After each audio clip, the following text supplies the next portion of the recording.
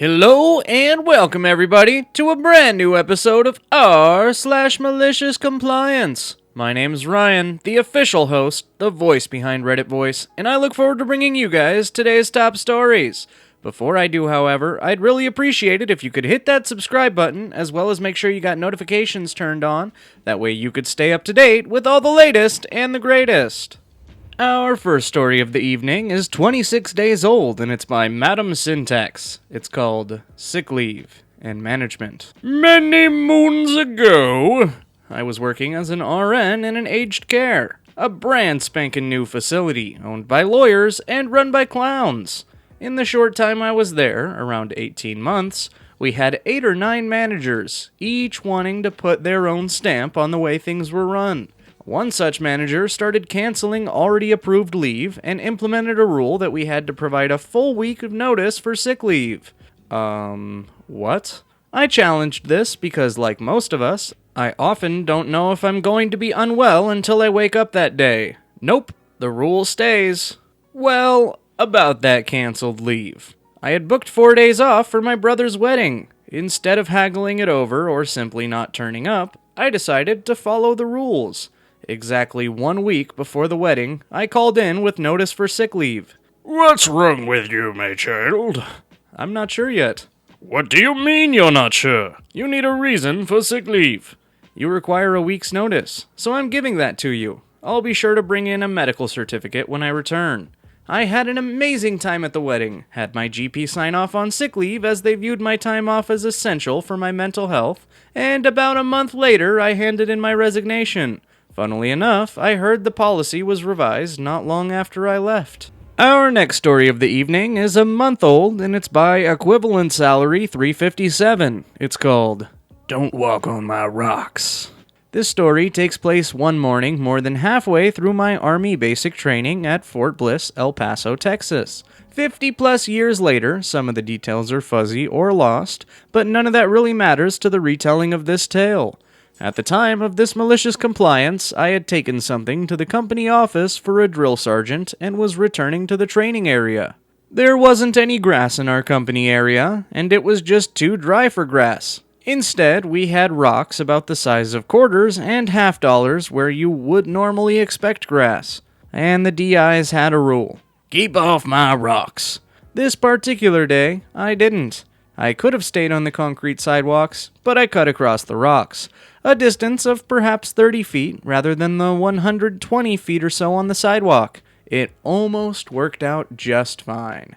Almost. About 10 feet before I was back on concrete, out rang, Hold it right there, trainee! 'Twas my company's first sergeant. After a brief discussion of my error, he told me to never walk on my rocks. Now drop and give me 20! Edit. Someone in the comments pointed out my mistake, which I appreciate. Like I said above, it has been 50 plus years. And for those of you reading through my voice, aka not reading at all, he originally put top, not first sergeant. So I did, and he walked into the building as I counted each one. I had become pretty familiar with this process over the past weeks. Let's just say I had plenty of practice. When you finished the assigned push-ups, you didn't just pop back to your feet. You called out, "Permission to rise, drill sergeant!" and waited for said permission. I thought about just getting up and going about my business. I knew he expected me to do just that because he went inside, but at this moment, I realized it might be interesting to wait for a while in the front-leaning rest position, push-up position, right out in front of the company office. This began my malicious compliance. Perhaps a couple of minutes later, an officer, I think our company's commander, came walking down from our sidewalk to the parking lot. He paused and asked me what I was doing, so I told him. He said something like, "Okay," or "I see," and then continued inside the building. About 20 seconds later, the window nearest to me shot up, and Top stuck his head out, saying, "You can get up, son, you can get up." From the way he called out, I'm pretty sure he had been a bit embarrassed. The palms of my hands were a little sore for a couple of days, but it was well worth it. Our next story is once again a month old, and it's by Hans Caboose. Hans Caboose is here to tell you a story. It's called, So We're Not Allowed to Throw Snowballs in the Winter, huh? I fucked up. It's Hans Caboose 92. This is a story that my father is always fond of repeating, describing events that happened when he was a teen. First, a little bit of setup. Living in Norway, especially back in the day, the winters are long, cold, and of course filled with snow. This means that most schools and other clubs, activities, etc., that deal with kids and teens have a very strict rule about what one is allowed to do or not do when it comes to said snow, especially when it comes to snowballs. Those rules tend to be very strict. Since there's a lot of snow, temperature changes, etc., there's always a lot of gravel and such used to fight the buildup of ice, which can potentially make the snowballs quite dangerous projectiles. Therefore, the rule makes sense, to some extent at least. My dad had become intimately familiar with those rules, as he had been caught red-handed throwing snowballs on several occasions. This caused him to receive an ultimatum: no more breaking the rules or you will be suspended. To make sure that he knew what the rules were, he was told to study them carefully. Important to the story. Setup done. One summer, mid-June, there's a massive hailstorm. So big, in fact, that by the time it's over, the landscape looks like it's winter, with piles of sloppy, icy snow everywhere. Going outside, the adults made sure to remind the kids about the snow rules. They made a point to stop my father at the door, telling him, You know the rules. We will keep an eye on you and expect you to follow them to the letter. That brings back all kinds of elementary memories. I used to be a bit of a problem child. What about you guys? Did you guys cause problems for adults who were just really shitbags? Cue malicious compliance. You see, the rules were very specific.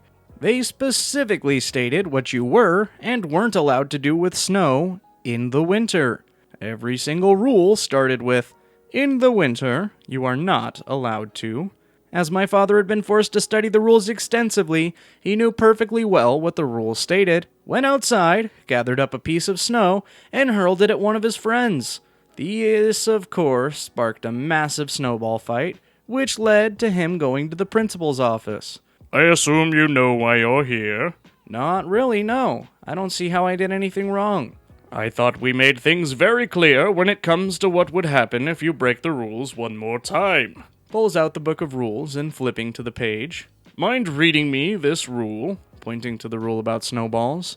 During the winter, you are not allowed to throw snowballs. A whole bunch of text specifying what you were not allowed to throw at, and what you weren't allowed to throw, etc. So now that you've had a refresher, what do you have to say for yourself? What time of year is it? My father got off without any further argument, even getting a commendation from his teacher about his clever way to think outside the box. The rules were changed to be a lot less specific about the time of year a few weeks later, though it wasn't very likely to ever happen again, as hailstorms during the summer is a very rare occurrence in this part of the country. TLDR, my father was told very specifically not to throw snowballs during the winter when he was a teen. After a hailstorm in the middle of summer, there was enough snow around to have a large snowball fight that my father instigated. He got off without charges, as the rules clearly stated it wasn't allowed in the winter. Alrighty, everybody. If you're hearing this, congratulations! You've made it to the final story of the evening. And we are going to be trying something a little bit different today. So for the first time, our final story of the evening by user/AlmightyGG is actually just 10 hours old. That's right, we went and grabbed a brand new malicious compliance for today's MC. It's called Management Fined Me for Being a Considerate Neighbor, so I made life difficult for them with my payments of the fine. I live in an apartment building where everyone gets one assigned parking space per apartment as standard. You can pay for an extra one, but we don't need that. Due to a history of bad parking in the car park, they introduced a rule whereby you could be fined if you do not park your car in your allocated parking spot. Now my parking space is at the end of a row on one side, and I have a wall about 1.5 meters away from the end of my parking space. On the other side is the car belonging to the person who lives directly below me in my building. My under-neighbors are a family with 3 young kids. Knowing how difficult it can be to get all of their kids into their car seats, as I have 2 of my own, I have generally given them a bit of space and parked a little outside of the line on the opposite side. Remember, next to me on the opposite side of my parking space is a wall. There's no reason for anyone to walk next to my car at that point. This is something I've been doing for months. I understand the need to enforce the rule where cars interfere with other parking spots or walkways, but for me, parking a little outside the spot affected nobody other than my neighbor, who was given more space to get their kids into the car. I walked down to my car recently to see a note from the management office telling me I had been fined. I went to speak to them, and sure enough, it was for parking outside the space. I tried to explain to them that it was helping my neighbor and that nobody could be inconvenienced, but they told me rules were rules and that there was nothing to do about it. I had a fine of $60 and had 40 days to pay it. Being quite riled up, I went through the relevant contract and was dismayed to find out that they were indeed correct. There was nothing I could do about it. I did, however, note that there was a statement in the contract stating that every single payment received by the management company had to receive a written receipt signed by the management company within 2 working days. There was also no rules about me having to make payments of my fine in a single deposit. So, this is where the malicious compliance comes in. By this point, there were 37 days remaining to pay the fine. So I divided the 60 by 37 and set up 37 recurring payments of $1.63 daily for the time remaining with my bank, which was very little effort. After a few days had passed, I went to the management office asking for my receipts. They told me they would provide my receipt upon full payment, to which I respond that the contract was quite clear and that they must provide a written receipt for each day and every payment, not for each and every fine, and that they were already overdue of my first receipt by over a day. They tried arguing with me, but it was completely clear from the contract, so every couple of days they had to fill out receipts and then walk them over to my letterbox. I had continued to give my neighbor some extra space by parking slightly over the opposite line, but as of yet have not received another fine.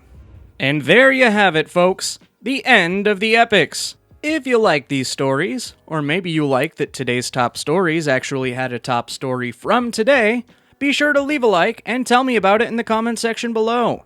If you're not subscribed already, we'd really appreciate it if you did that, as well as had notifications turned on so you could stay up to date with all future videos here on the channel.